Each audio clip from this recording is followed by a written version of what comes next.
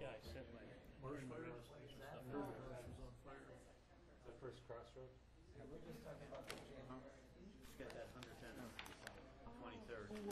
Conferences of her fourth. Who was it that came? Someone told me that somebody had 4 or 5 departments there. Yeah, 15 times.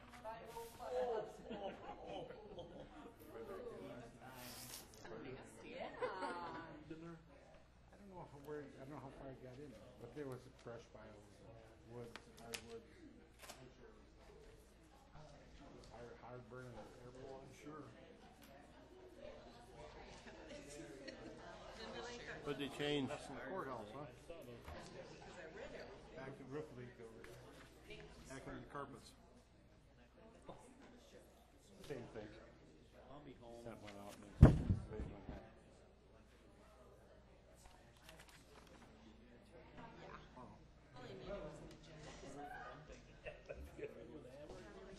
What it amounts to is Wasn't Madison?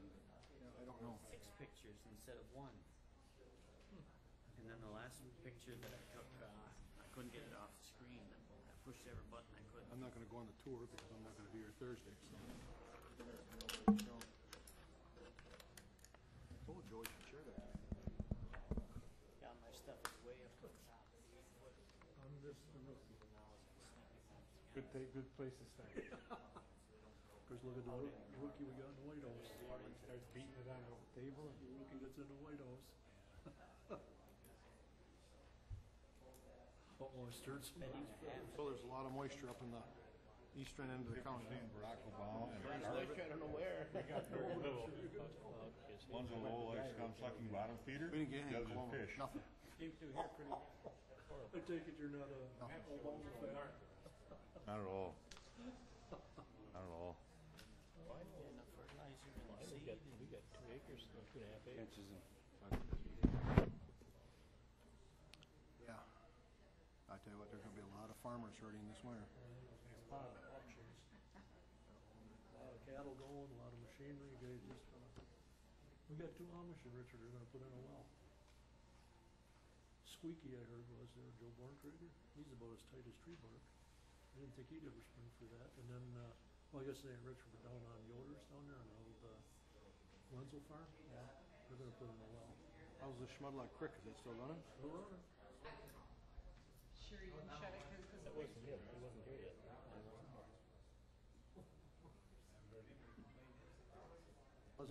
Pleasant Lake has gone down a little bit, but not.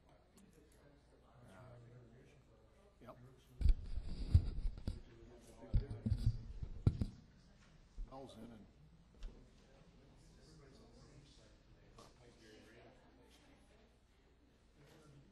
Pleasant Lake wanted to do that. They wanted to put a big well in and then take and pipe it back.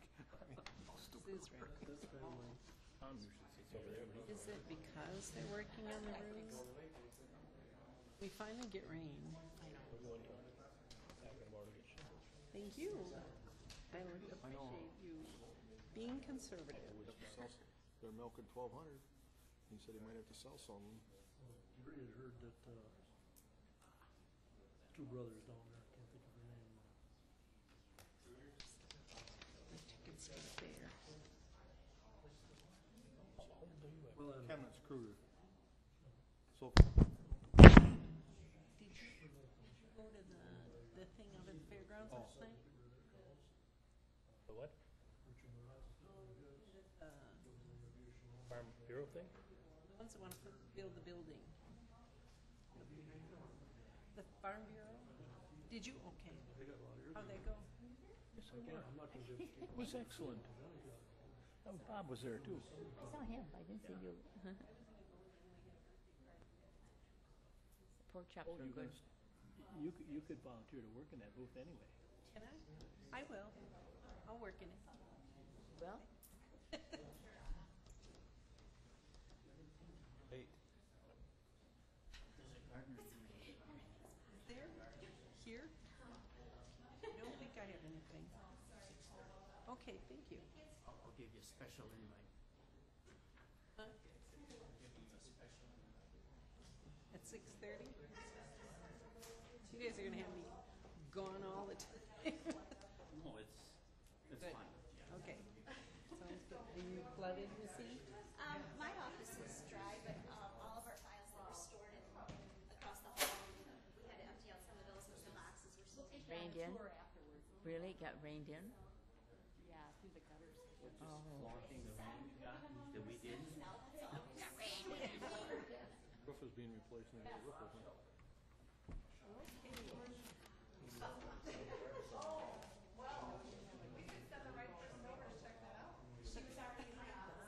So why is everybody sitting over here? I know. Let's get spread out a little bit. Look at poor Carol over there all by yourself. Yeah, it's like riding on the bus. Poor Carol. Poor Carol's all over there by herself. Oh, that one, and I got the right. Yeah, you have one. Okay, whoops, sorry guys. Let's call the meeting to order. All right, we'll have a roll call. Mrs. Krentz. Here. Mr. Jones. Here. Mr. Tim. Here. Mr. Piaski. Here. Mr. Eckstein. Here. Mr. Weddy. Here. Mrs. Collada. Here. Mr. King. Here. Mr. Wadel. Here. Mr. Crawford is excused. Mark Kirschner. Yep. Okay, we'll have silent prayer and pledge of allegiance, and I think we should say a little something extra for Larry Crawford's wife, so we can get a good recovery for her.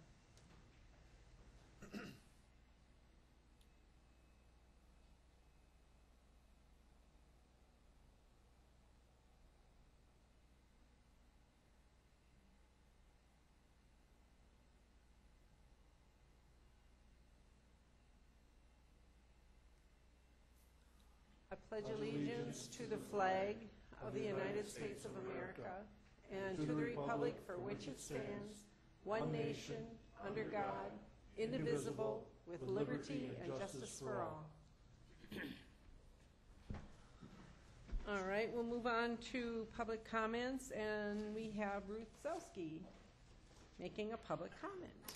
On your agenda tonight is a discussion about changing some committee structures, going from 3 to 5.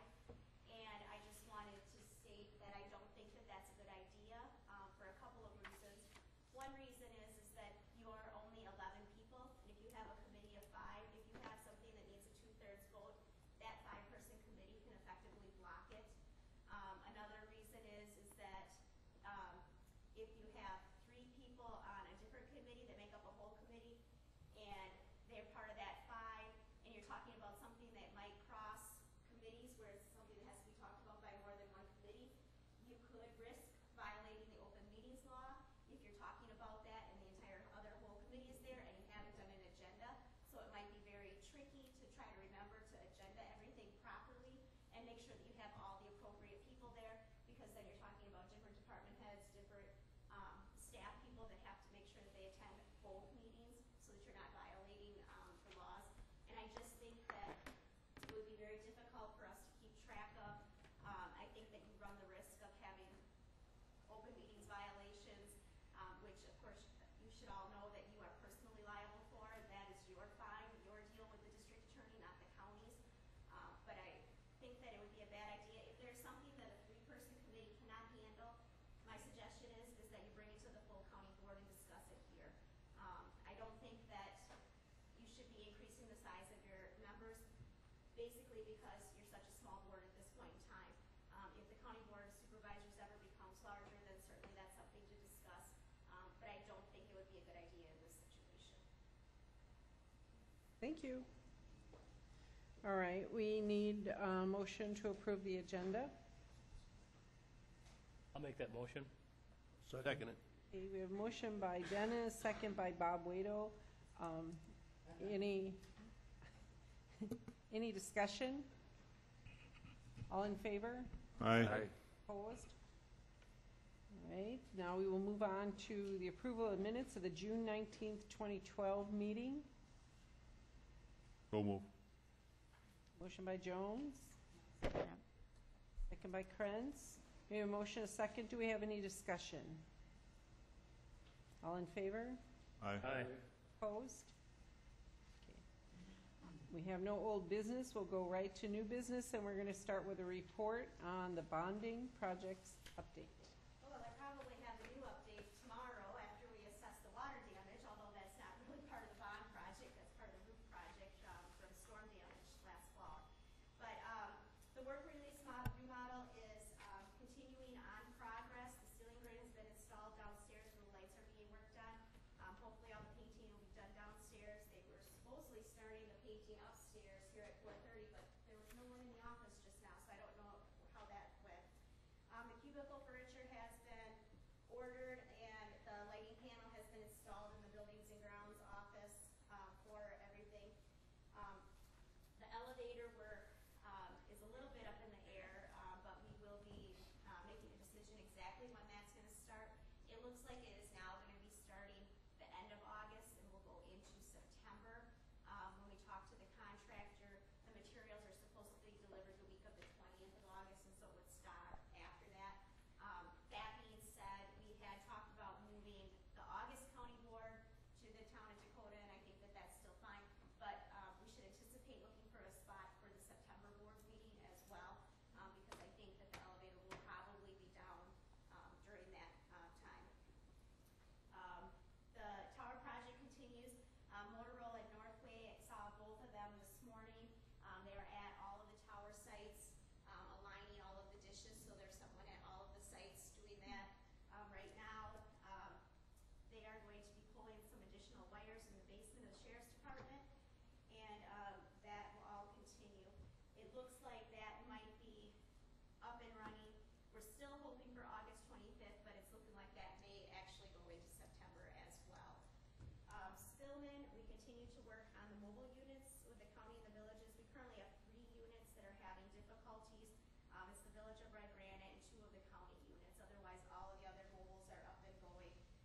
The next step is going to be to connect the link between Spillman and CIB, which does the background checks and pulls everybody's records. And then the AS400 that's out of the sheriff's department will be discontinued. So that's kind of where we're at this month. Thank you very much, Ruth. All right, we have some presentations tonight. Community Health Improvement Plan. Bridget Daly, AmeriCorps member and at the Public Health Department. Addie, is it the chip where it says chip? Is that the PowerPoint you want? Okay. That should be the right one, isn't it? The chip one? Right here? Yeah, it's on the bottom bar already. Right here? Yep. And you're okay with advancing it further? I'd be happy to. There we go. Hi, for those who don't know me, I'm Patty Wolf out in the health department, and this is Bridget Daly. I'm just going to introduce her. She's an AmeriCorps member, and we've been thrilled to have her for almost a year. And she's been working on our community health improvement plan, so she's going to explain 101 on CHIP. And she has been really wonderful, and she is going to sign up for another year, so we're really thrilled to have her, so she'll continue to work with us. So, Bridget Daly.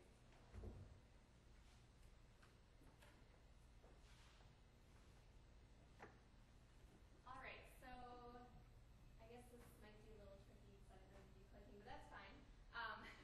First of all, I'm going to start by giving you guys just some numbers to think about with Waushara County as far as the health in Waushara County. And these numbers, I will get into them in just a moment, but they are from the County Health Rankings, and that's published by UW Population Health Institute and the Robert Wood Johnson Foundation. So they started out by doing, they have all these health ranks and health data and statistics that they've taken. It's already data that's out there. They've just compiled it in a way that you can compare different counties within the state, but also nationally. So there's almost every county has been ranked through the county health rankings. So you see just under the title there, there's the numbers 53 and 56.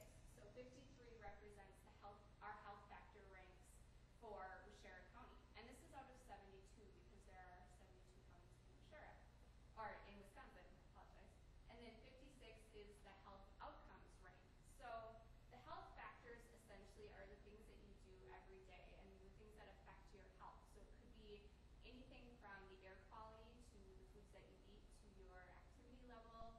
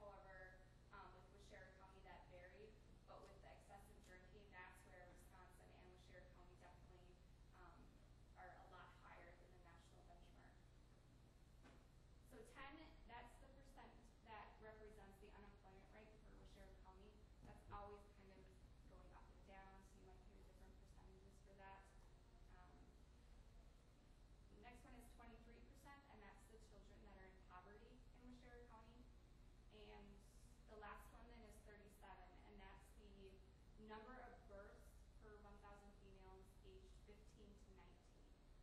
So that's not a percentage, but a majority of those are percentages that you see up there, and to me, it strikes me that some of them are at least or around a quarter of the percentage of the county. So when you look at these numbers, these are just a sampling of what we look at to work towards for the community health improvement plan. So when you see 33 for obesity and 25 for physical inactivity, it just kind of gets your head going that, okay, those are areas that we need to address them.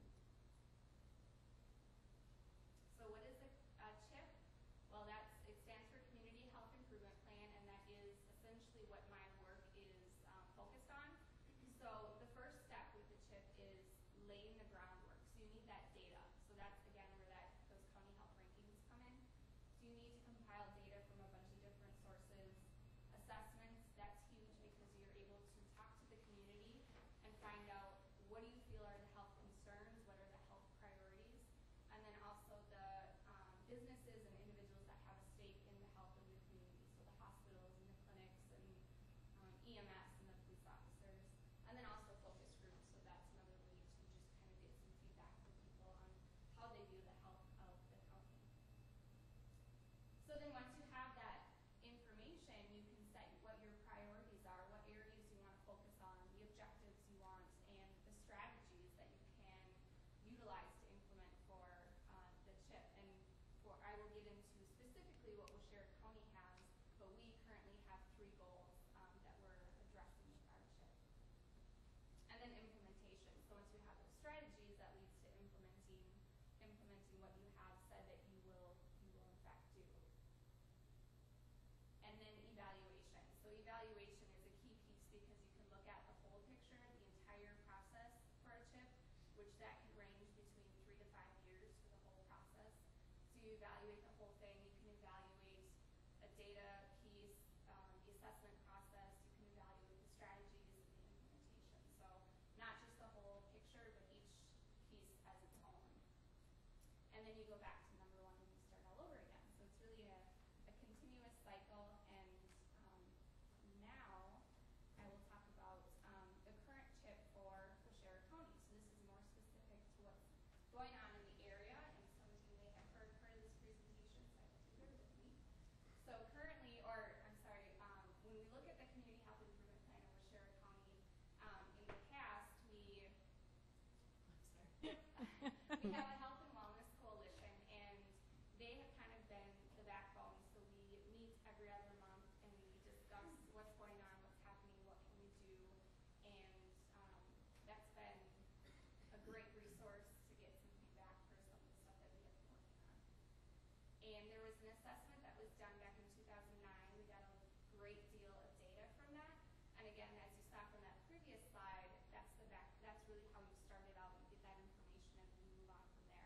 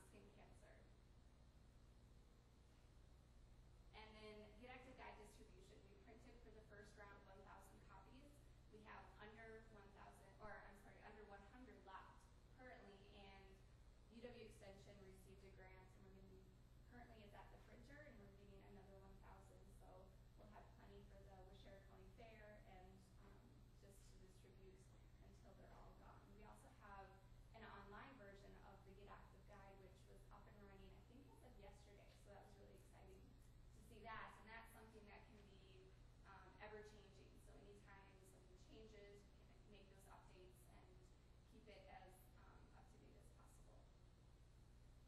And health literacy is another piece that I'm working on. That's something that I didn't know a whole lot about to begin with, but after doing a lot of research, I was able to find a lot of different resources, and then even I've created a template. So with the health department, I will be looking at the documents used and creating it so that they are more health literate.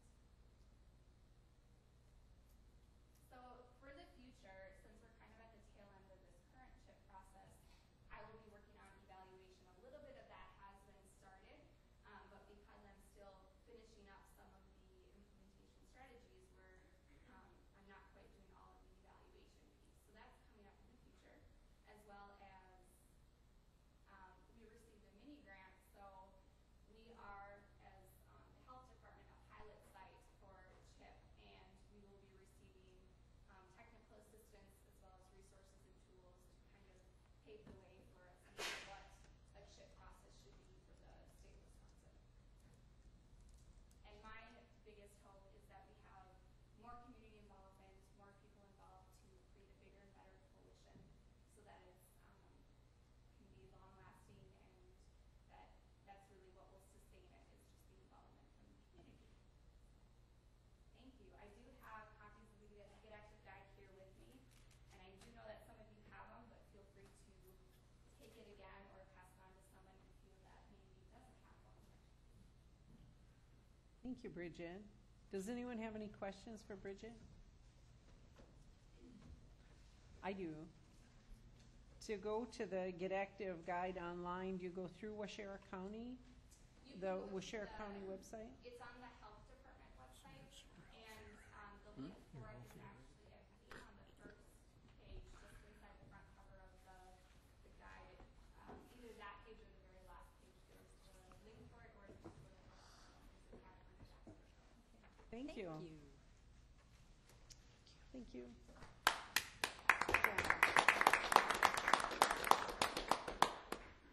Okay, we have another presentation from Golden Sands Resource Conservation and Development Council Cooperative Programs 40th Anniversary Celebration.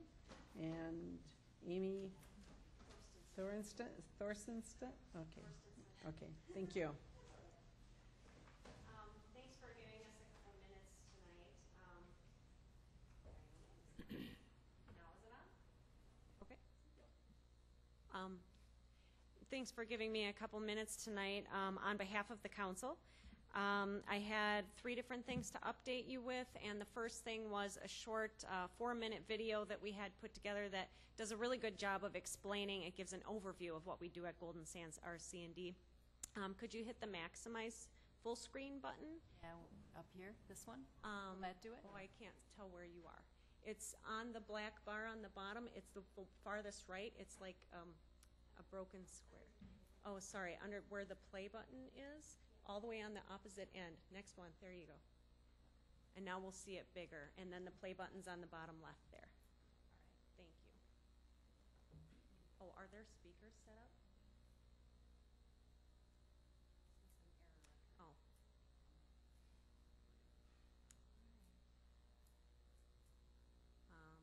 Would the refresh button maybe help?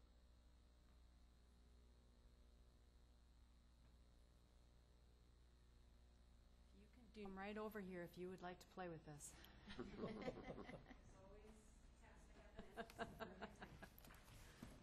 won't hurt my feelings. Thought that would be the easiest way to do it, is just pull it up on YouTube. Refresh. That is awesome.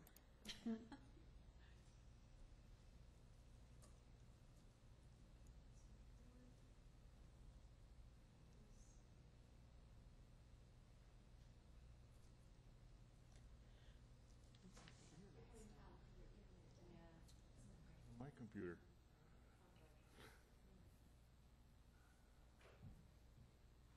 to?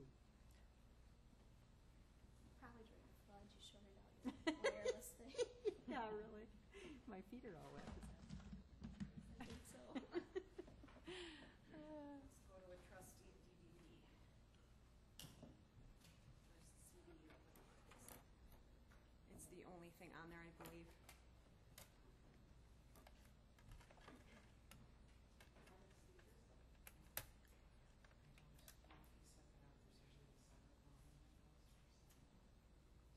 Well, then it might be a really boring video. Modern technology is wonderful, isn't it? When it works.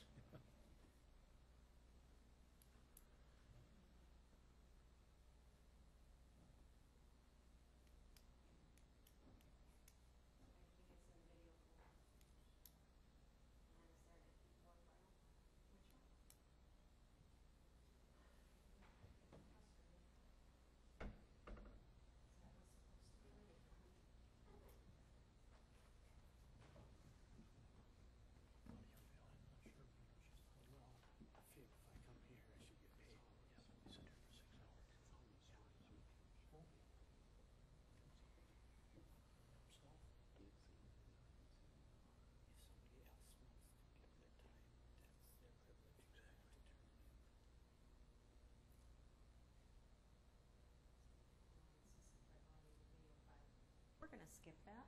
Okay. It would have really been nice because it was an excellent summary of what we do. So I apologize that we're having technical difficulties. But it does give, it's on our website, and I can maybe share the link and that could be shared with the group. We had the video made in honor of our 40th anniversary. RC&D is celebrating its 40th anniversary this year.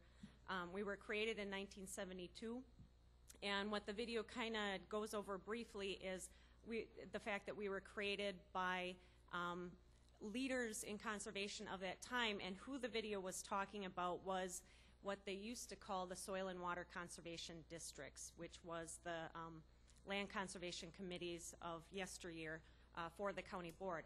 So the video highlights the fact that we were created by the counties.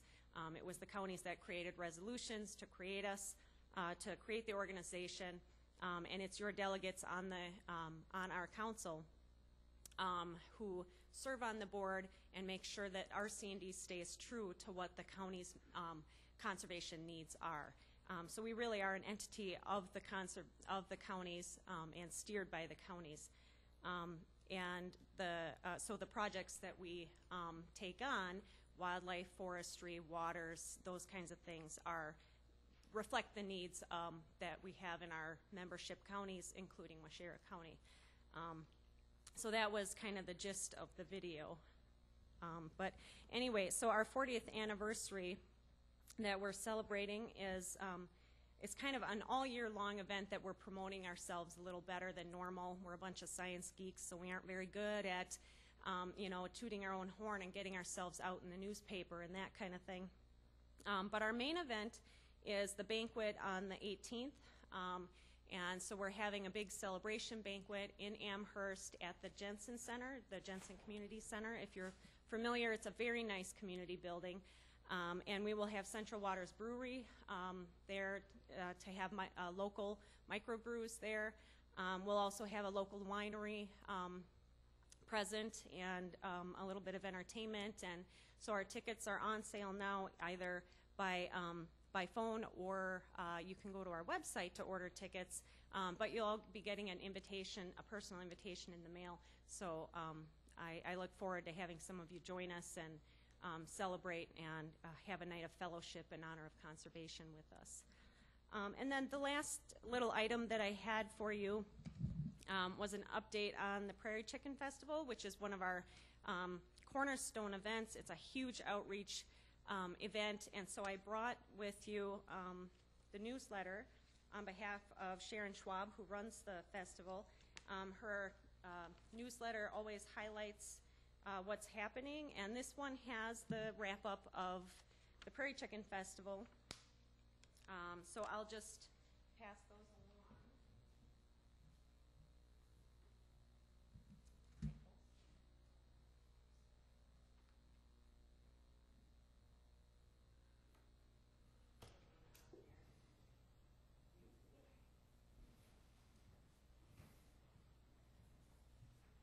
So the summary in the newsletter highlights some of the different events that took place. There were events that were to engage the youth. We had a lot of students go into the blinds. There were a couple of classrooms that went into the prairie chicken viewing blinds, and then they had a poster contest. They kind of drew what they saw, and then the awards for the poster contest were handed out at the festival grounds on that Saturday. So there were events to engage the youth and pull them into wildlife conservation. There were also, of course, events for adults. We had 175 adults and youth go into the blinds, so 175 people. 50% of that was local people that went in the blinds, which is excellent because we want local landowners engaged in the concepts of grassland conservation and preserving prairie chicken habitat. But we also had people come in from all around the world, including China. I forget where some of the others were. There were a couple different countries, Canada. We had them from Texas. We always have people come from New York. Birders come from worldwide to see these birds because they really are becoming more scarce, and this is one of the only places that you can see them. And one of our highlighted speakers at the event was the fellow that's on this bookmark, Napadal Patong is how you say his name. He is an award-winning photographer. He came to shoot photos at the Buena Vista Marsh, and his book is coming out soon. That's what the bookmark tells you about.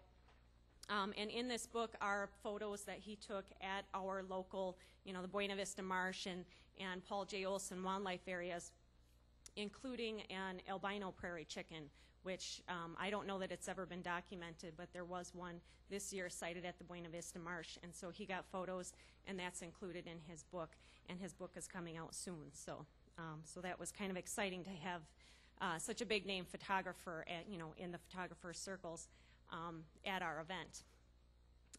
So we had 175 people go in the blinds. Somewhere between 250 to 300 participated in the event overall. It's really hard to get exact numbers on that. But it was a very successful year. The weather cooperated wonderfully. You know how April can be. So it was another good year for the Prairie Chicken Festival. So that was basically my update. Again, sorry about the video not going, and I'll try and remember to send a link so folks can catch up on that if they would like to. So, thank you. Thank you. Does anyone have questions? Oh.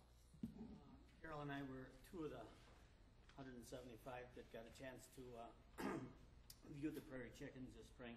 And any of you that haven't been out there, it's a real kick. We sat there for 2 hours just enthralled. There was a harrier that also was chasing him out, and then they came back, and then out and came back. That video is fantastic.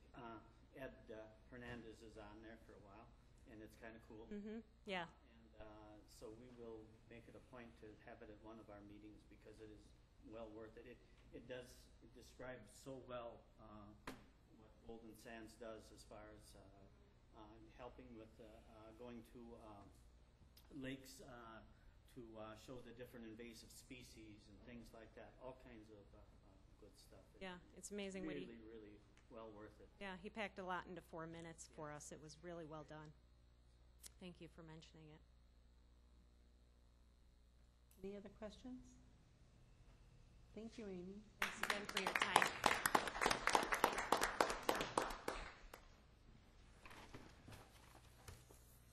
Okay, we have some discussion and possible action items.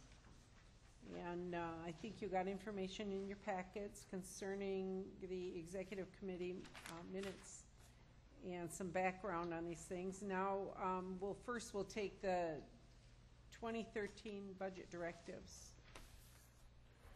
One of the things that the executive committee had talked about at the last meeting is, they were a little hesitant to put in a 0, just to tell everybody that they had to stay at 0. They wanted the departments to do the best that they could. So, again, you guys are the ones that'll have to actually set these directives for all the departments. Donna Teschner was instructed to look at a 5-year history of the departments that have reserves.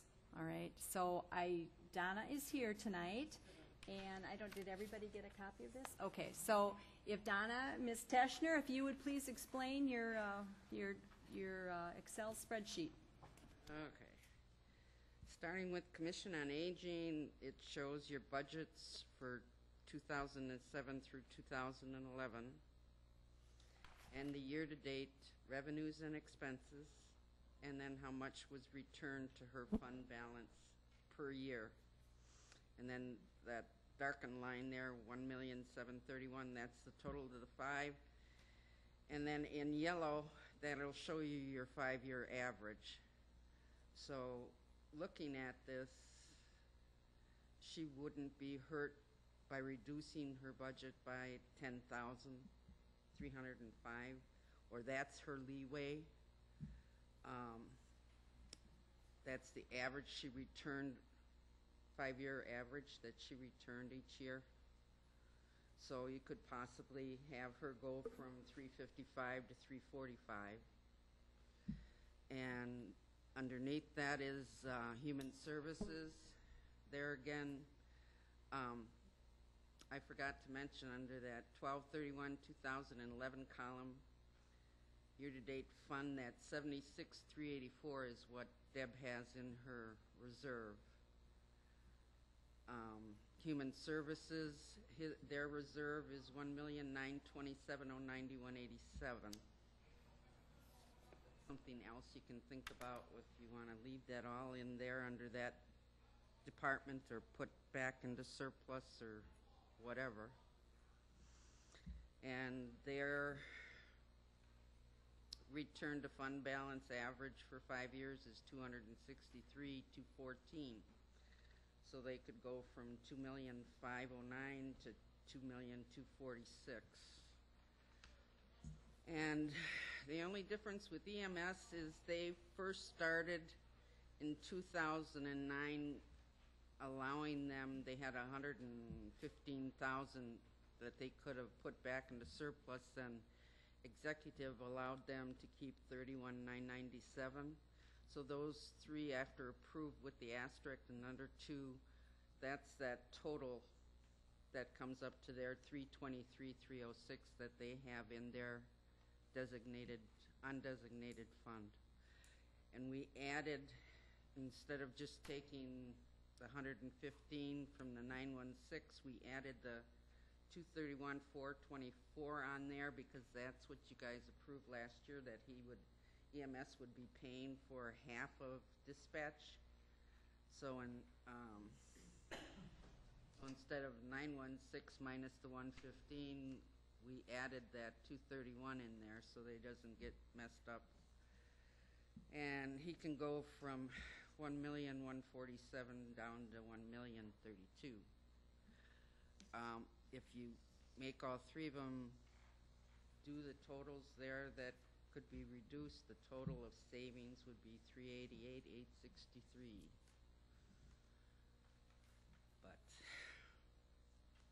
Does anyone have any questions for Donna?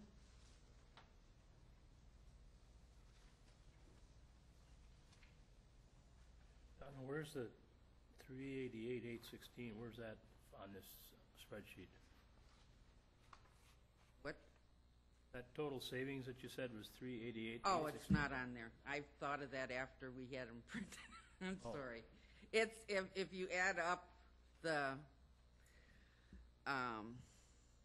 return to fund balance totals, the 10,305.52 average, the 263,214.52, and the 115,343.72. So You come up to the 388,863.76.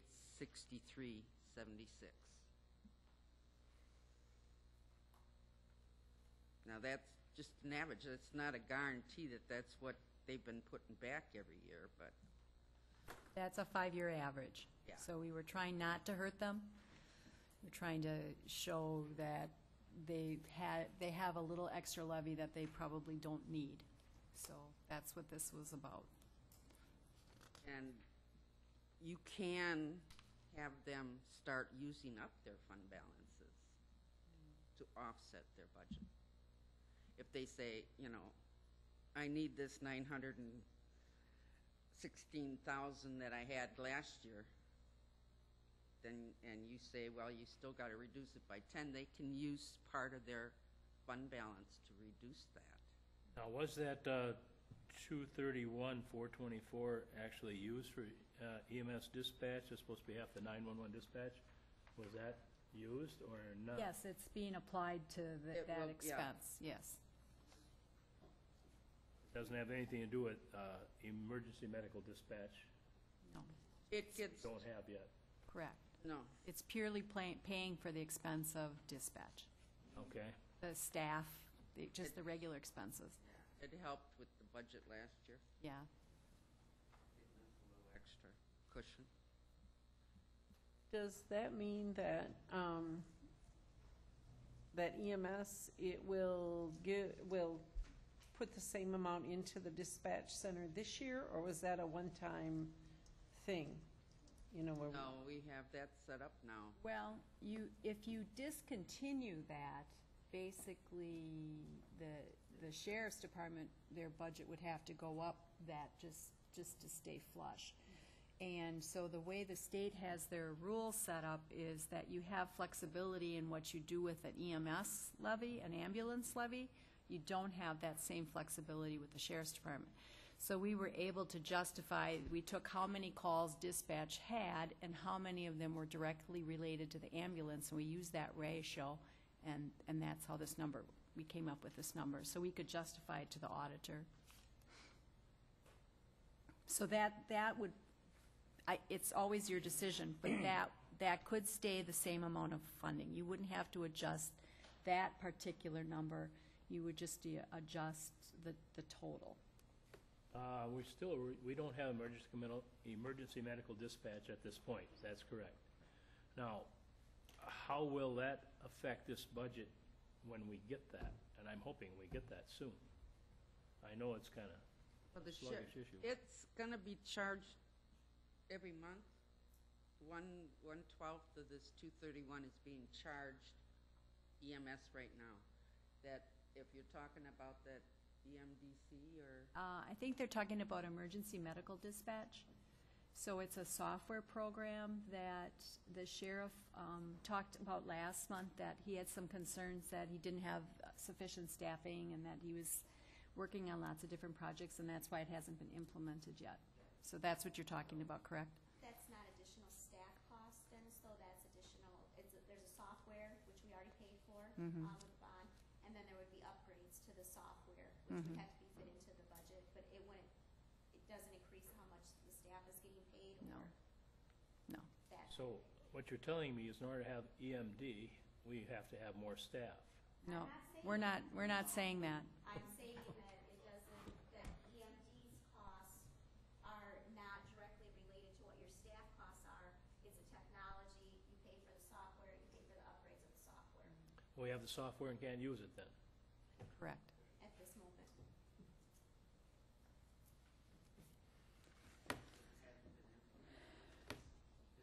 It has not been implemented yet, yes, that is true. It's not been installed, I don't think, into this building. Correct. So that would be the first directive, I guess, for the executive committee and for the department heads. If you want them to use that 5-year average for the 3 mentioned areas that do have those reserves that are able to be applied towards the budget. So that would be one of the things that you need to think about.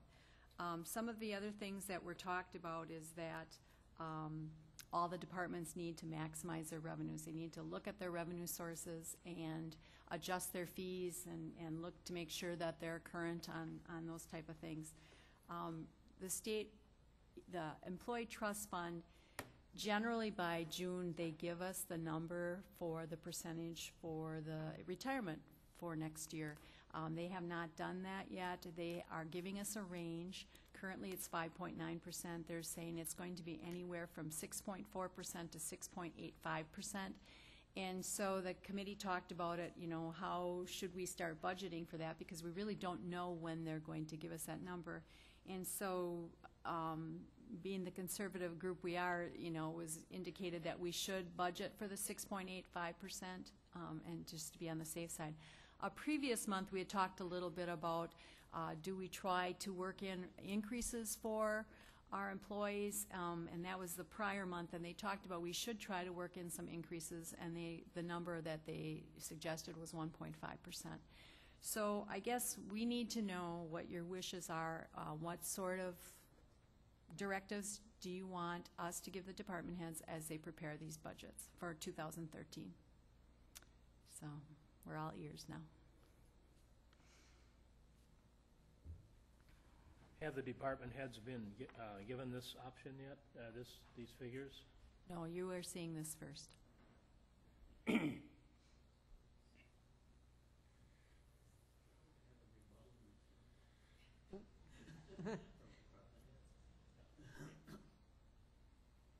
I guess I would like to have the department heads look at this too. They have to work with the figures. Well, I agree we with really you. need some guidelines, though. Yeah. I agree with you, and this was kind of an FYI. Uh-huh. You know, and so, you're right, the department heads do need to see it, and, you know, and then we can go from there. But this was, you know, we wanted you to see. It's just human service at least, because that's 1.927, and 1.9 million in their surplus alone. Yeah, I understand that. I know that's a huge amount there, but I always think back to what happens if 5 or 6 individuals move in the county that are $30,000 apiece per month, you know? The county is on the hook for this, not human services, the Okay, county. Okay, I thought maybe it had to be, we had to have that much of a cushion there.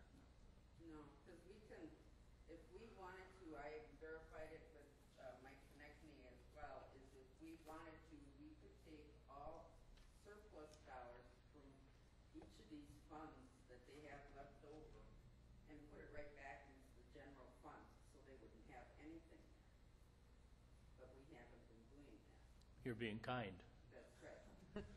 You know, we don't want to take away incentive for departments to do well, I guess is what we're saying. But on an average, if the department has not needed that much levy money, can you really justify giving them that much levy money? You know, and that's kind of where we're coming from. I like the point you made about taking away the incentives part. I think that's very important. Well, Yeah. We don't want it, we want to keep we only have so much levy to work with. I understand Right. that. So if you can not give levy that is just going to sit in a surplus fund, you could use that for other things. Otherwise, you need to start talking about which programs you're going to cut. Right.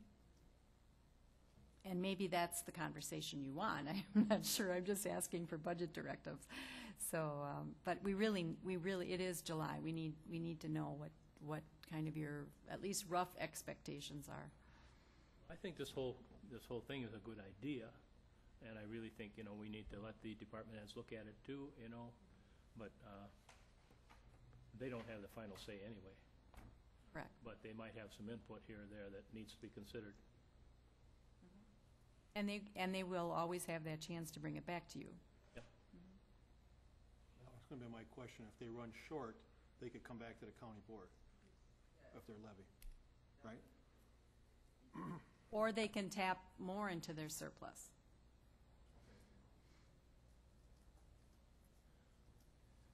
And Time we levy more than we actually need. We're taking from our taxpayers. That is true. It really, this time, I appreciate what you've done with this. Mhm. Big help to the board. Okay. you know, and I don't think any of us are interested in, you know, we don't want it, the departments to see it as a punishment because, you know, they've done a good job. And, you know, and on the other hand, we don't want to reward departments that aren't watching their budget maybe as, or have had some out-of-line spending. And I wouldn't say out-of-line spending, but, you know, it seems like, well, we don't want to reward anybody who hasn't stuck by their budget. So I don't want the ones that do to think that's what we're doing, because it's not. Does that make sense? A little bit. It's just a source of thought for Mhm. if we run short. But I do need to we need to get budget worksheets out, and we need people to have some sort of an idea of what you are going to want them to do. And so for many, many, many years, it has been 0 for a majority of the departments. And it's to the point that you will either need to start looking at programs and cutting programs, or you are going to have to give some of these departments some cushion. There are some departments that all they really have are salary and benefits. You know, everything else in their budget is so minuscule that even if you cut out all the pens and pencils and paper, I mean, you know, some of them are to that point. There just is nothing left to cut. And so this, by doing this, you might provide some cushion that some of these smaller departments, that that's all they have for their programs are salary and benefits and very small operating budgets. It'll give you a little cushion that they can actually have what they need. And we're not talking about a ton of money, but what they need to keep going at the same level. I can understand that. I just want the departments that do have the cushions here to realize that they're not being punished Correct. here. And that they're able to build up a cushion when there's, as you said, there's departments that are bare bones already. And they need something. Right. Well, but on the other hand, you haven't let every department build up a cushion. The rest of the departments, at the end of the year, Well- if there's money left in their budget, it goes back to the general fund. It Correct. Not doesn't all the go into departments, some- excuse me, not all the departments have the ability to get revenues either, do they? Correct. That is So true. that's part of it. That is part of it. But there are other departments, other than these 3, who have come in under budget, and that money has gone back into the general fund, not into a separate segregated fund. Yeah. And Deb watches her budget as close as she can, and I think her average is only 10,000, so. Yeah. I mean, really, in the big scheme of thing, that is excellent budgeting. That is excellent So, I mean, budgeting. that's a whole different Mm-hmm. keg of eggs. Mm-hmm. Okay, do we have any other discussion, Do I have some guidelines? questions?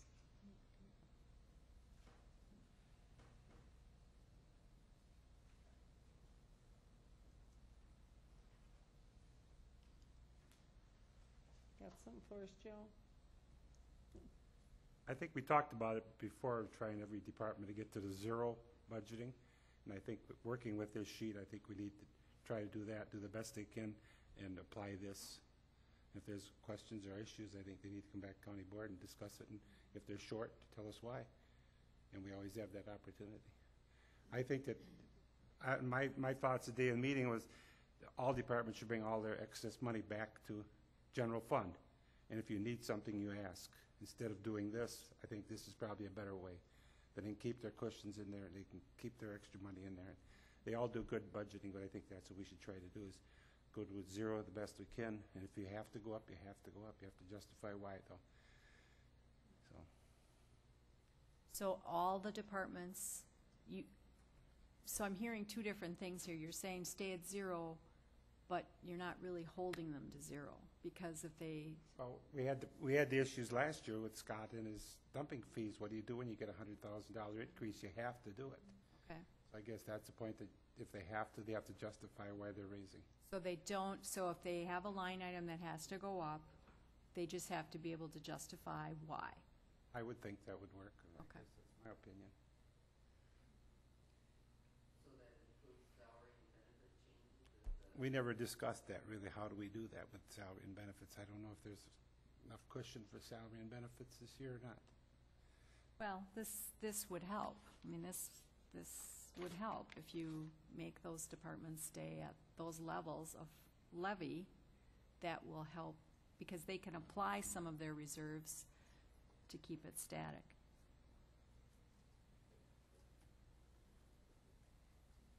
And it doesn't have to be all 3, it can be one of the 3 or Mm-hmm. whatever.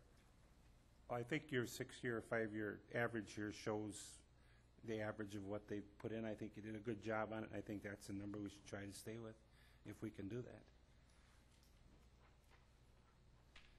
average. Anybody else? Will someone put something in a motion, so I have something to give to department heads?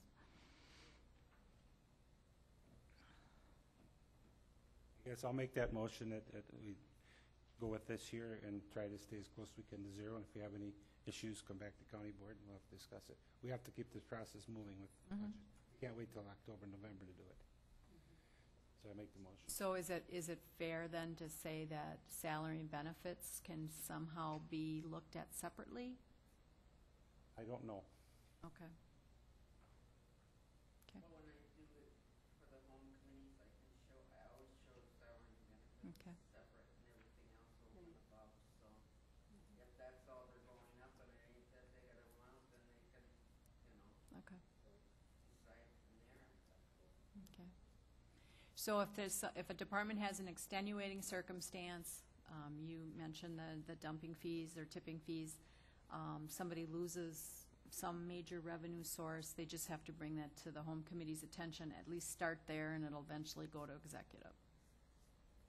I would think because there's some departments that can't cut anymore where they're at now. They just can't. In some years, we've gone with salary and benefits included. Some years, we had them separately.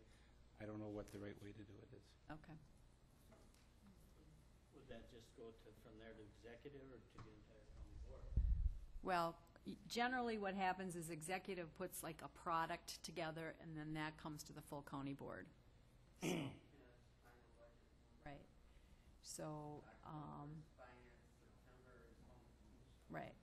So at some point, you have to tell executive what you want that number, that bottom number to be.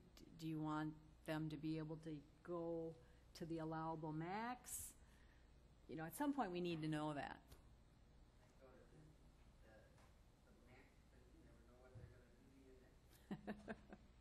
Yeah, okay.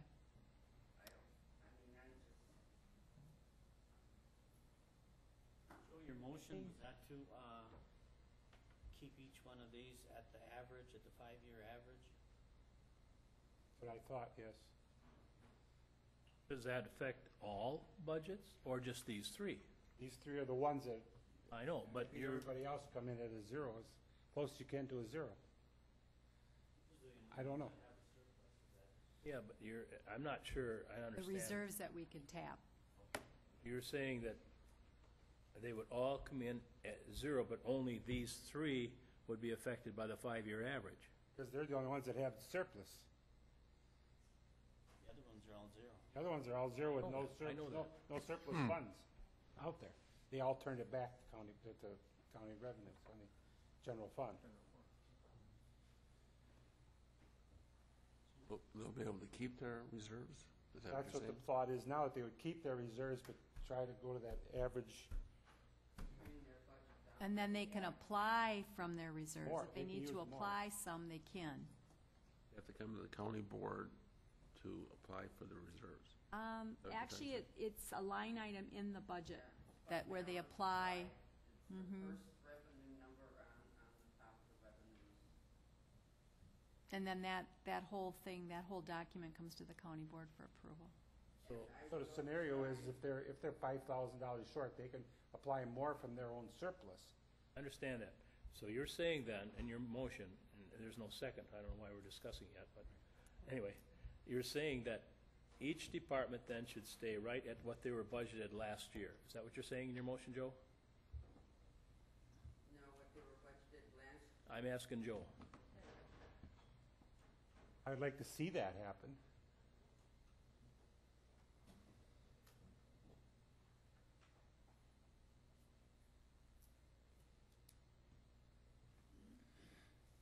so then the 5-year average has nothing to do with it. Yeah, because then they would continue to build a reserve. Yeah. The whole purpose of this report was to show you that they come down to 263,000 from 2012 budget, which would give you more money back to help the rest of them.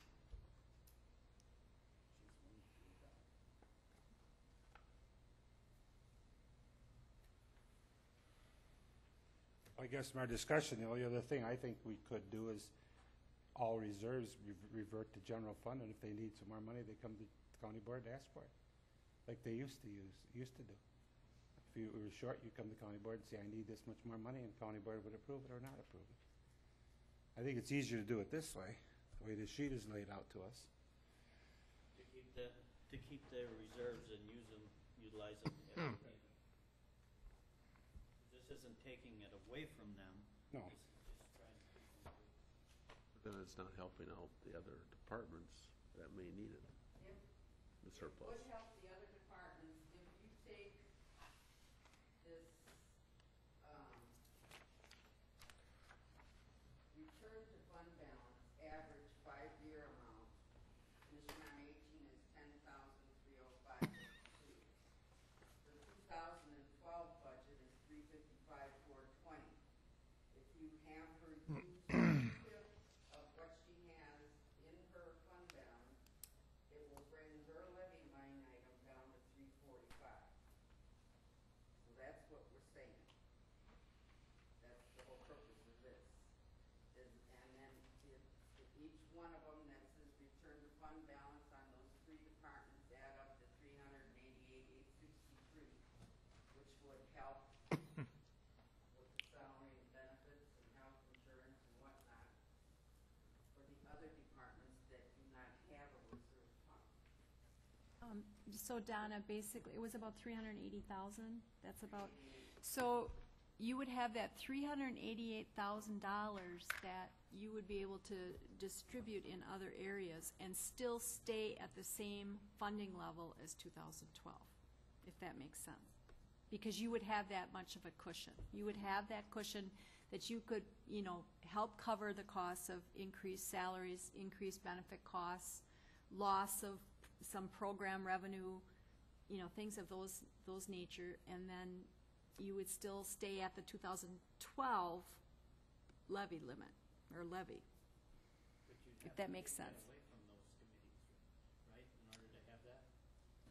You couldn't leave that there and Well, each one surplus. If you look at this, form, so you could say to Department of Aging that their levy will be 345, 114, 48, and they do what they need to do with that.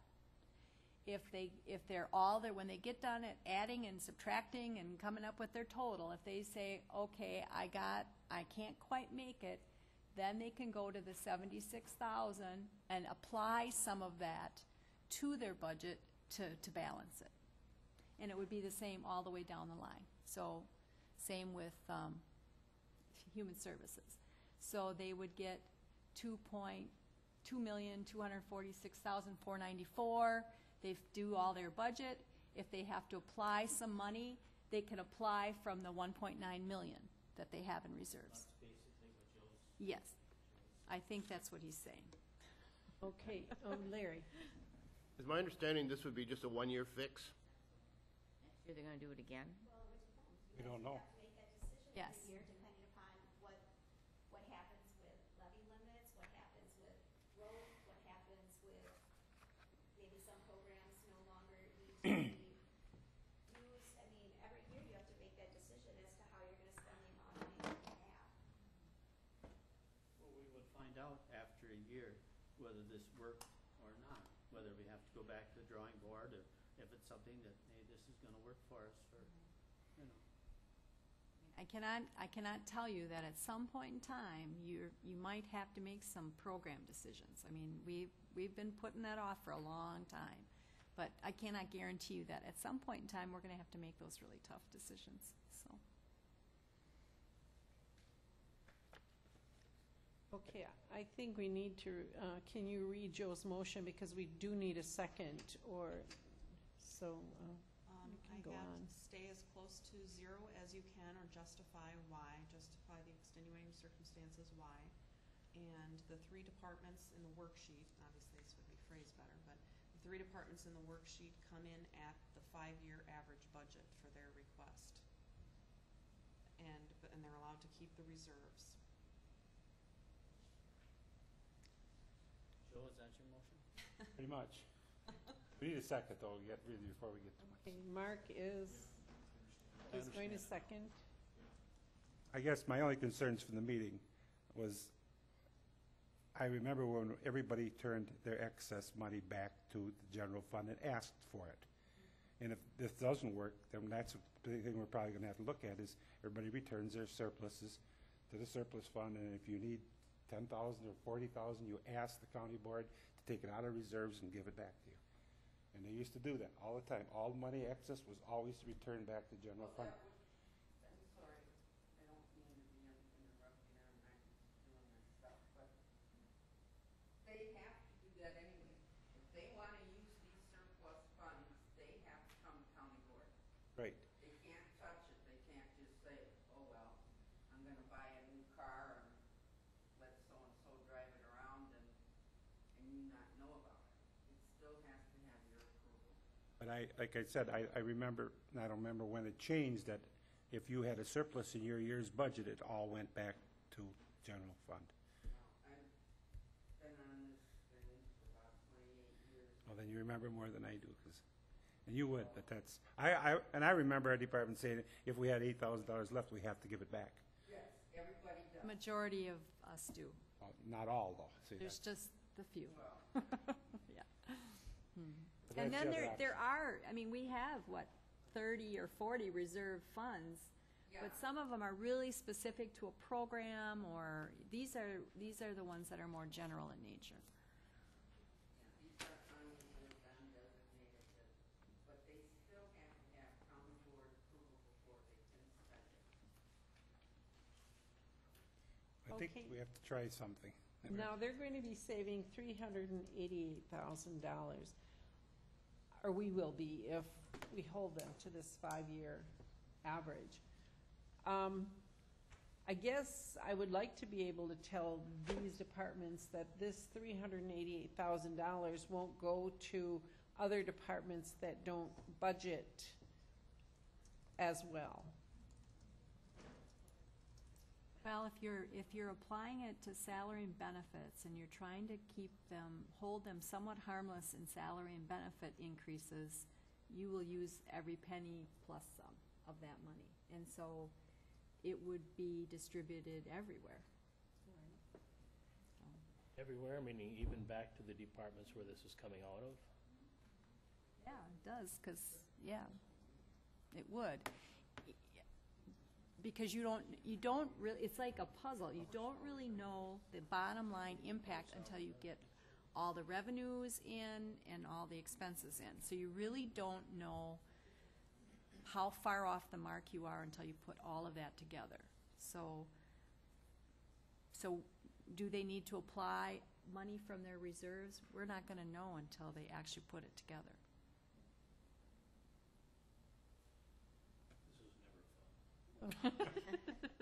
Yes, Larry.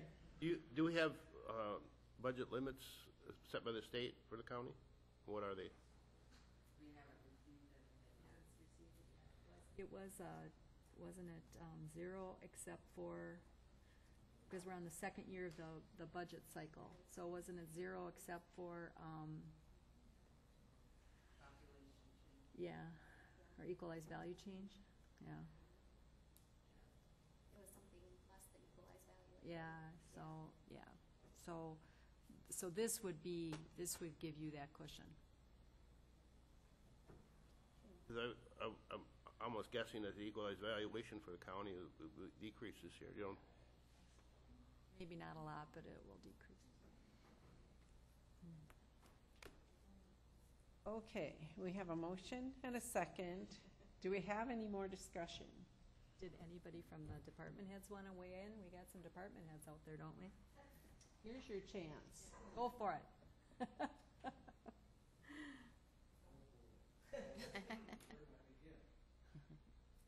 At the microphone? Bill, you're so shy. Come on up.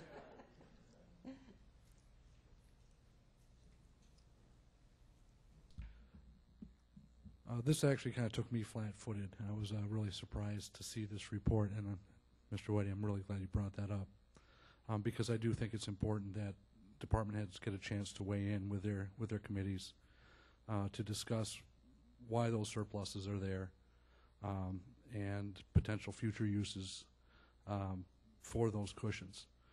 I'm one of those two-person departments that I'm bare bones, I'm salary and benefits. If I lose the operating portion of my budget, it's literally, okay, I can't afford paper. So this surplus thing doesn't really affect me, except when I'm looking at it as a whole picture, county thing, as, boy, if we do have a 1.5%, do I buy pens or chalk? Because that's where that increase is going to have to come from, is internal. I don't know if these numbers, because I haven't seen them or how they were calculated, if they take into account the departments that don't show a huge surplus, in that at the end of the year maybe that our excess was rolled into the general fund. So I don't know how that's weighed out. If I was $500 under my budget last year, is that showing up as a surplus for me, or is that just rolled into the general fund? It's only the 3 departments that have general reserves. So it's Aging, Department of Human Services, and EMS. Those are the only 3 that this applies to. And those are separate lines from general fund set aside specific? Okay. Correct. All the rest of us, if you had surplus left, it got plugged into general fund unreserved, that's it. Okay, and I think that might be presenting to the board a little inaccurate picture of good versus bad budgeting, because really it's not showing up here. Maybe I was under budget last year. That doesn't mean that those folks who are under budget and have the surplus are bad or good at budgeting. No. It just means they have a surplus. Nobody's saying that. What you executive does anyway. I mean, Yeah. I give them a list of every department and how they did and how much is going back to surplus. So they are aware of. Yeah. Yes, this certainly isn't a reflection of good or bad on any department. It is not. We're just trying to figure out some way to cushion the blow. Otherwise, the next step is you make program cuts. That is the next step. There is nothing left if you don't find a cushion. This could definitely be a cushion when we're looking at, if we are looking at personnel raises, so.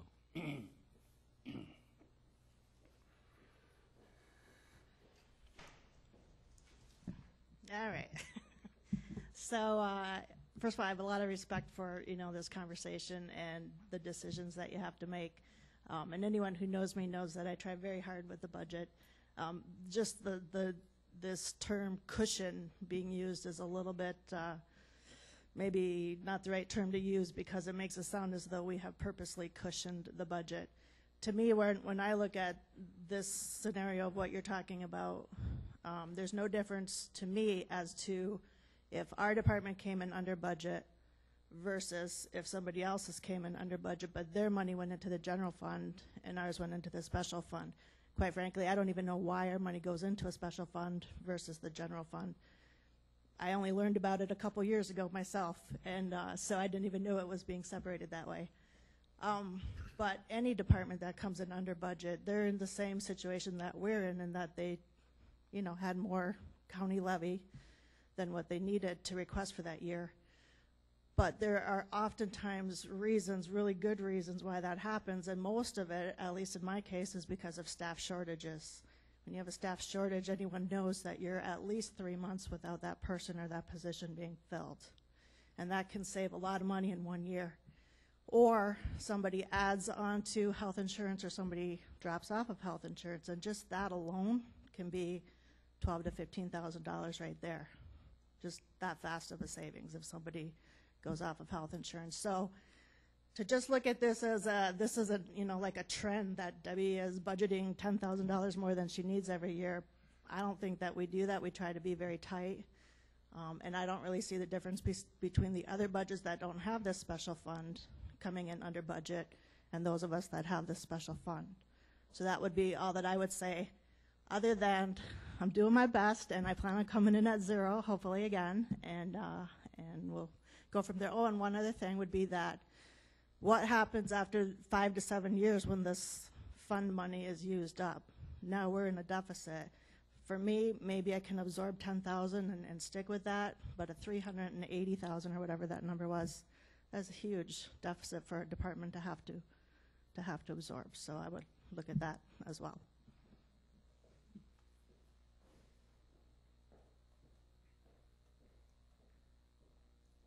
I'm highway. My department is opposite of Bill's. We're not all salary and benefits. We're a lot of materials. I've been commissioner almost 13 years, and we were buying asphalt for $12 a ton, and now it's 43.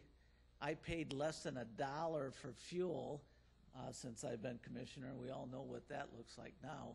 And as we've talked about earlier, there has been most years 0% increase or just wages and benefits. And that's the way it's been for the 12 or 13 years that I've been highway commissioner. So I can cut, my cutting of programs is what I've been doing for the last 13 years.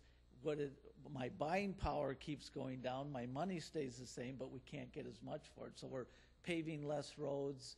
We've cut staff already, and we're looking at that again this year. So I guess, I hate to say this out loud, I'm used to it, and whatever you guys do, we'll make work because we have to. But I guess the thing that would be most important to me would be to work on getting that 1.5% raise for the employees. You know, try to figure that in somehow. They took financial cuts, I think my department more than any, with the Walker issues and the changes that were made because of the new laws, which we had no control over, you and I. But I would really like to see us try to get that 1.5% worked in for the employees. And I don't want to say how, because I don't want to step on another department's toes, surpluses and not surpluses. The one thing I will say to get it out in the open is that highway does not turn their funds back over when we're not, when we're under budget.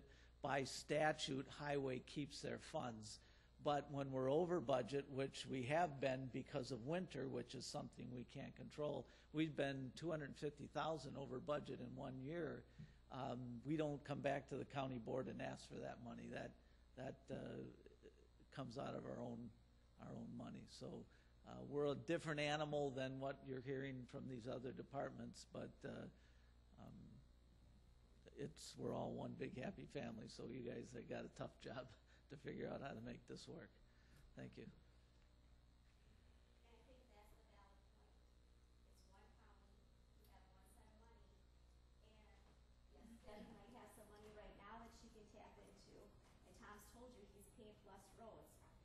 We've been talking about this for years, and it's time that we really start thinking about it. The cost of things is going to continue to rise, even if the economy gets better, and it is getting better, and you have more revenue coming in, your cost of materials are still going to go up. You are not going to be able to do the same amount of work with the same amount of money. You are going to have to make the tough decisions. Are we going to pave roads? Are we going to put cars on patrol? Are we going to do Meals on Wheels? Are we going to open the dump 3 days a week? Are we going to mow the parks? Everything that the county does, you have to start looking at it. Because today, for 2013, you might be able to come up with the budget and say, we don't have to cut any programs because we can move money around from our different general fund accounts to balance this budget. But we're not always going to have that. And to keep putting it off is not helping anyone. Someone is going to have to make that decision. And we've been talking about this for at least 10 years, and costs are not going down. So I would just urge you to start thinking about it seriously, not say, let some other board do it next year.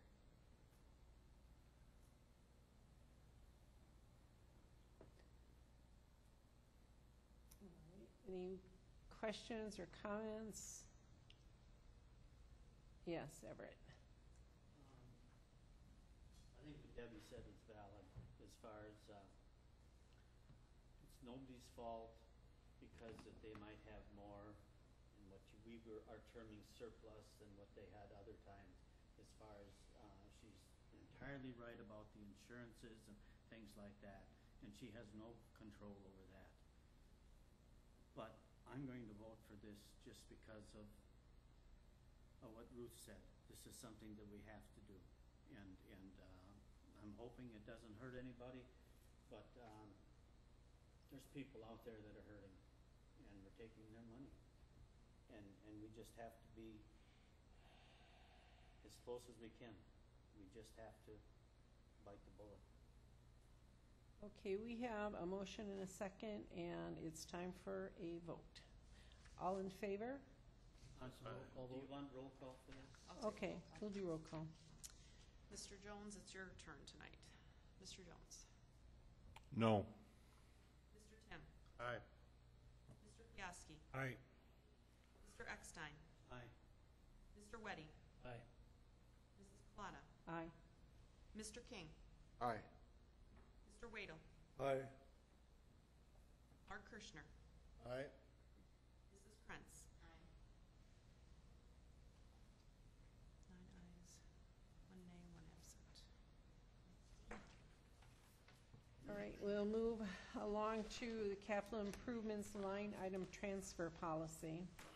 Right, so this is the next part of this discussion, is that there have been some concerns about departments perhaps overspending, and so one of the discussions was, do we need to go back to some of the controls that were in place years ago, where a committee had to approve a certain amount of, like a capital purchase. If the amount was over a certain amount, it had to be approved by the department or by the committee prior to any purchase or purchase order being made. Another thing that they talked about is line item transfers. If you can picture the budget in your mind, we have, you know, a salary line item, a health insurance line item, a capital purchase line item. You have, everything's very specific line item. And so years ago, there was if you wanted to transfer capital purchase money to help pay health insurance, you had to go to the committee and actually specifically have that approved by the committee. We actually stopped doing that because, quite honestly, I don't think I witnessed one time when the home committee said, no, you can't do that, quite honestly. So it seemed like a lot of paper pushing, and the outcome of it really wasn't very effective, all right? And so I'm not really a big proponent of this, because the people who are going to follow the rules are going to follow the rules, no matter what. So if you say you can't go over in your budget, they're not going to go over in their budget unless they come to you and say, I have a specific issue. They're telling their home committee, I have a specific issue, this is the problem, you know. So this is paperwork. That's all this is. And so I don't know if it's going to be effective or not. But the first part of it is a capital purchase. If it's over a certain value, does it have to come to the committee prior to any purchase being made or any purchase order being issued? So that would be the first question. And then if you say yes to that question, what is the magic number? At what is the threshold? When do you want the departments to talk? And I think if you think about your home committees, my guess is you are having these conversations. So, you know, there might be some that don't, because maybe they don't think that that's a necessity, but I think that the home committee can clear some of this up without having a lot of mandates. So that would be the first question. Capital purchases, do they have to come to the committee? And if they do, what's the threshold? Certainly you're not going to want it for small ticket items. Fixed assets, they don't even go on the fixed asset inventory unless it's 2,000 or more. So, for that piece of information.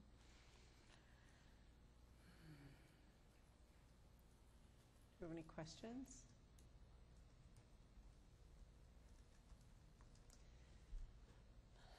Do you have a motion?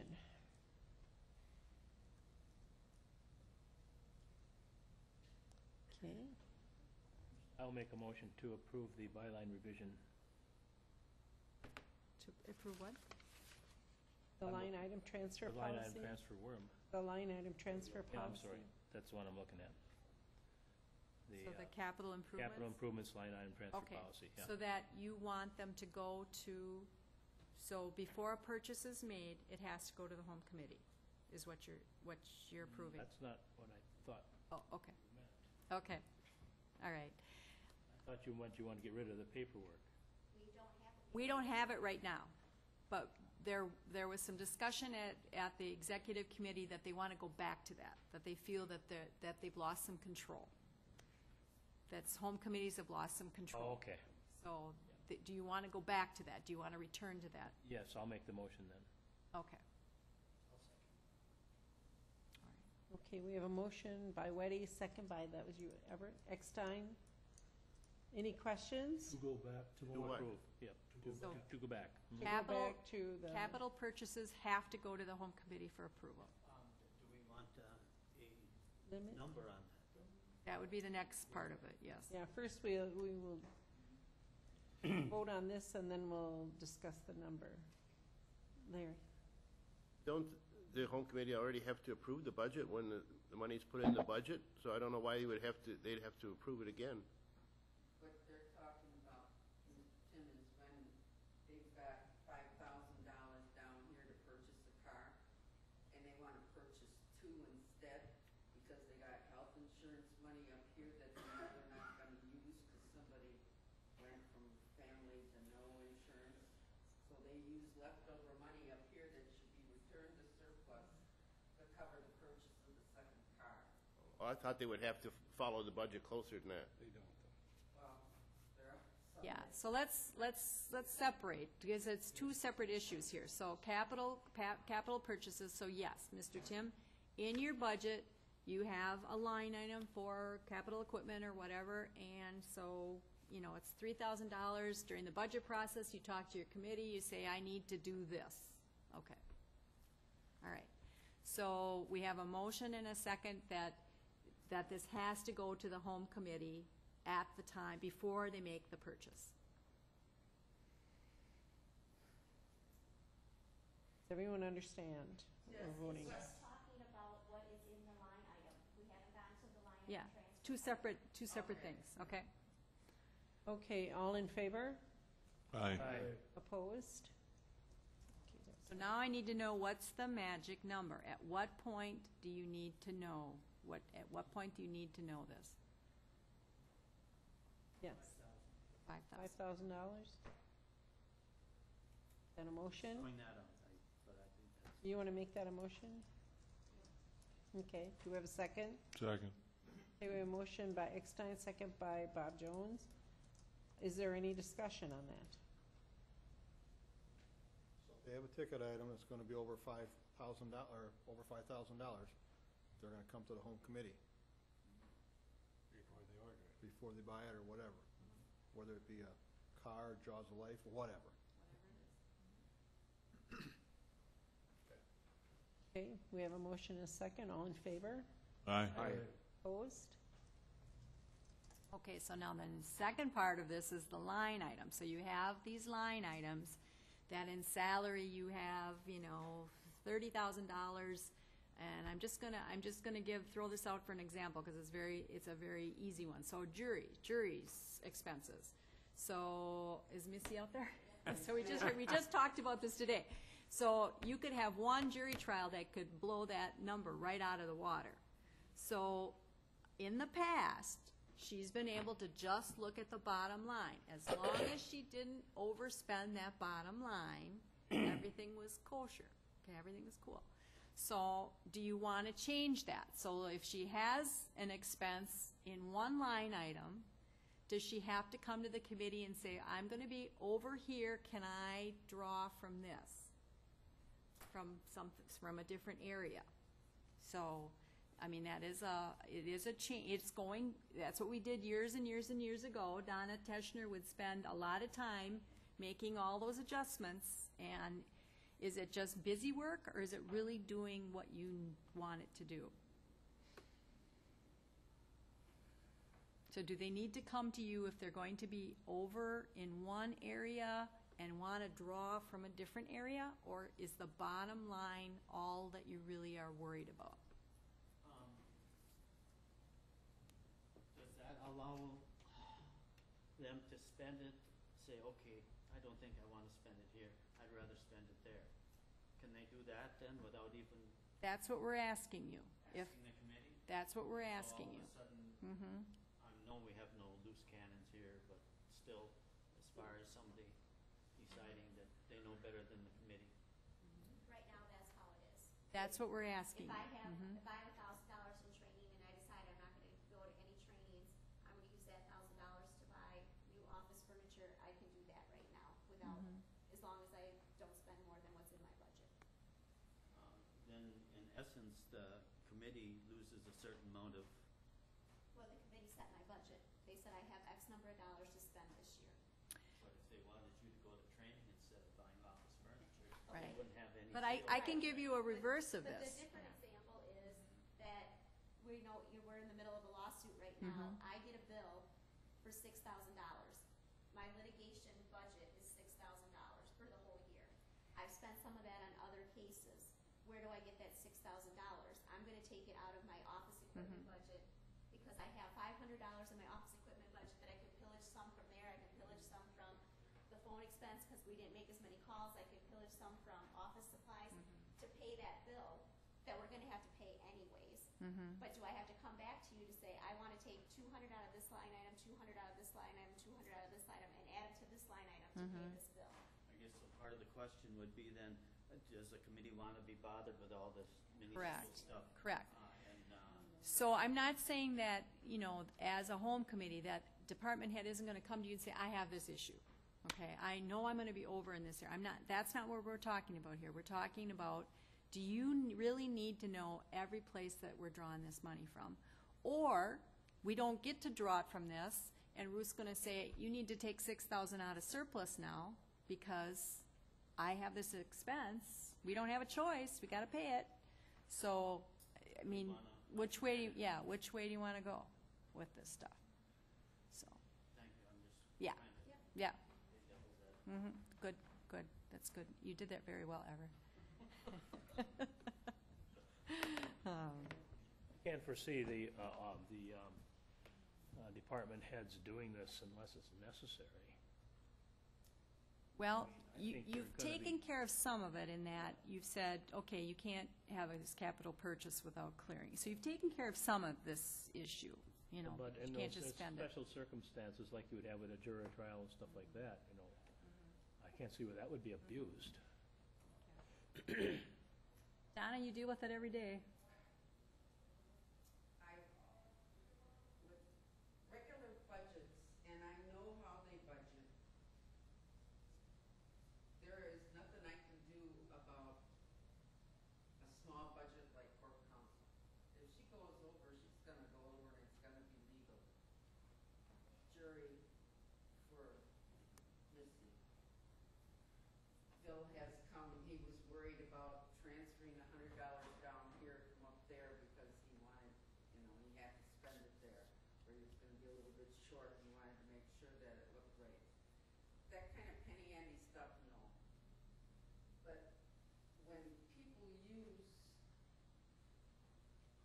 dollars from salary and benefits or from other larger line items, just because they want something, I don't think that's right, and they should have a line item transfer done on that with county board's approval and the home committee approval. Does just the idea that they have to get capital purchases approved in advance, does that address some of that? Because wouldn't they? Gotta be able to tell where they're gonna get the money from if they don't have it. You were talking there that the budget was $6,000 on that line item, and it was gonna cost them $6,000. That's already budgeted. The home committee approved the budget that they can spend that money there. That's fine. It's when they want a new car, wanna buy 5 cars instead of 4 that were budgeted. And they take it because, and spend it without anybody knowing about it and just say, well, I didn't hire anybody for 6 months here, so I got salary and benefits to cover it. But they would have to have that $5,000, that approved, says it costs more than $5,000. Right. So, I think we're taking care of that issue because they have to get home committee approval before they And that's purchase. all I'm worried about. This kind of stuff that's, $50 from one line item to another. Okay. Bottom line is all I look at. I mean, I was driving I had papers up the wazoo with all those line item transfers. And Michael said, you don't have to do that, look at the bottom line.